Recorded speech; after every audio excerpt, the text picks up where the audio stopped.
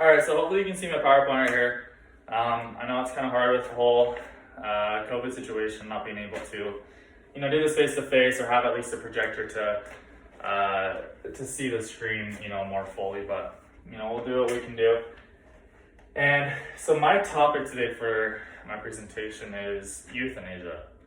And I think as 18 to 25-year-old college students, it is massively important that we focus our time on, things that matter. Focus on, political topics, things that are going to affect us in the future.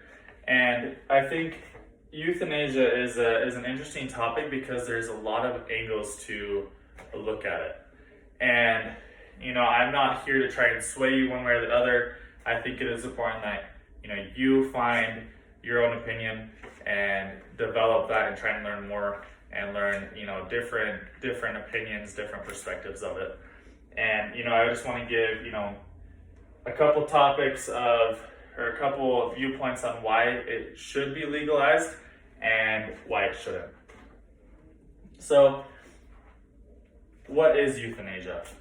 And euthanasia is, it has a definition on here, is the painless killing of a patient suffering from an incurable disease.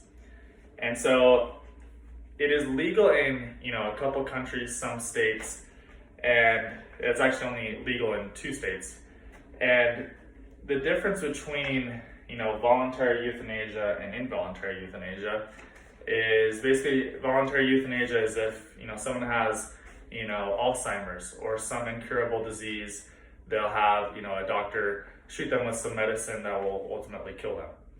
And involuntary euthanasia is basically doing that, but without the patient's consent, which is murder. It's not euthanasia at that point, it's murder. And, there are kind of 3 different reasons on why people believe that euthanasia should be legalized. And those 3 reasons are that we can save millions upon millions of dollars through hospital bills. Families go into complete debt with medical bills because they're keeping their loved ones that are, fighting this incurable disease. They keep them in the hospital for, years upon years upon years.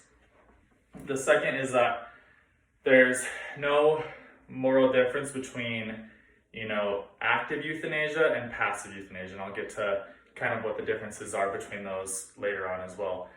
And the third reason is that you can save people pain and dignity and their integrity with active euthanasia. So to kind of start off my first point about it saving millions of dollars in hospital bills each year, my brother works at a psych hospital, and I'll keep the name of the hospital and the patient confidential because I don't want to infringe on the privacy of that individual. But he works with this client that was a normal guy. He was actually a financial consultant, worked in New York, was a super successful guy. And he moved back to Utah, and he got hit with just mental illness upon mental illness, his severe schizophrenia, and other mental illnesses that are incurable. And a lot of his family just like, please, can we just he just wants to die. He's just begging to die. And his family's just like, listen, we don't have the money to fund his hospital bills. We don't have the money to keep him in this psych hospital. And so they're spending all this money. This hospital is spending all these resources, all these people to help this one person that doesn't even want to be there. And so that's one situation where voluntary euthanasia could be a help to a certain family. And a lot of people are very against this because where is the line exactly? Because if I'm just someone that has depression, and I can say that's an incurable disease, and say, I opt for voluntary euthanasia. And, that's not what we want. We don't want someone that's struggling with someone that could be helped, that could be, treated. We don't want to just kill them, because that's murder. That's not euthanasia. And then, so my second point being is that there's no difference between, between passive euthanasia and active euthanasia. And so passive euthanasia is, it happens all the time. You hear about, people in the hospital with cancer, and you've heard the term, pulling the plug. And pulling the plug basically just means, they recognize that this person's just heading towards death, so might as well just stop all care for that individual and just let that person, pass peacefully. And, a lot of people just don't think there's a difference. There's a lady that talks about this. Her name is James Rachels. And she gives this case called the Smith-Jones case. And they give a hypothetical scenario in which there are two men, Smith and Jones. And they're both given an offer that if they kill their baby niece, they'll get millions upon millions of dollars. And so Smith goes in and he puts the baby in the tub and, physically drowns the baby, while the other person, Jones, he goes in, leaves the baby in the tub, and then walks out. And, he knows eventually that the baby's gonna drown and die, while Smith actually forcefully puts the person down. It's kind of a weird kind of analogy, and something that I hope no one would ever do, either situation. But they give that analogy to show that neither one is morally different. They're both going in expecting the baby to die.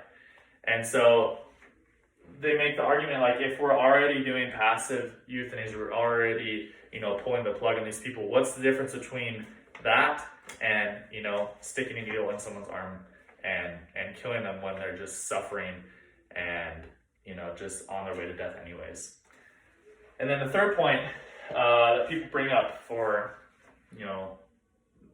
the positives of euthanasia is kind of this chart here. It's for compassion, respect, and protection.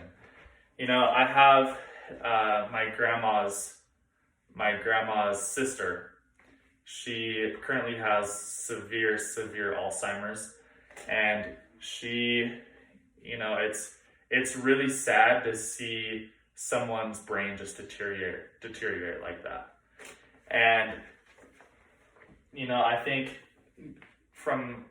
it's been like this for 6 to 7 years probably, and it's tough because I can't really remember her before then, and I have to really think back. Okay, I do remember before she had severe Alzheimer's, she was a really sweet, kind individual that was loving towards her family, but it's hard for me to really remember that anymore, because all that I've really known is someone that asks me the same question 20 times, that tells me the same stories every 5 minutes.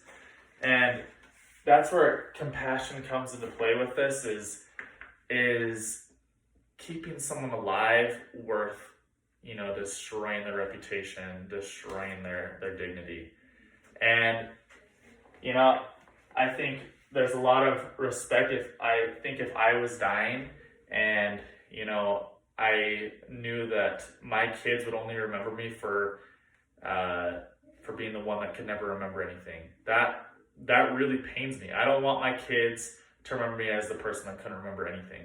I want my kids to remember me as, the kind, loving father that I was. I don't want them to, I don't want my reputation to be ruined, in other words. And I guess to counteract kind of my points about what's positive about legalizing active euthanasia is, you got to think about, what about the doctors? The doctors that are having to kill these people, they've grew up their whole lives, trying to be morally clean, trying to live what's right. And would they be able to sleep at night? Some people, struggle with the idea, will a doctor will have to agree to kill someone and then be able to go to sleep that night? It's tough. And there's also the idea that active euthanasia doesn't work positively all the time.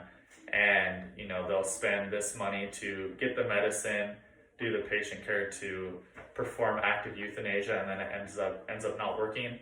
And the patient actually, gets worse mentally, and they have to keep her in the hospital even longer. They're not able to have a burial yet, and it just continues and continues, and more money is pushed into the hospital bills, and just causes a more financial burden for that family. And so now, in conclusion, I think there are certain positives about legalizing active euthanasia. Like I said, there's only actually 2 countries or 2 states that have legalized active euthanasia right now. And there's a lot of talk, is it morally right? Is it okay to actively kill these people? And I think when you look at it from this light, the points that I brought up, I think there's a way more of an argument than previously thought.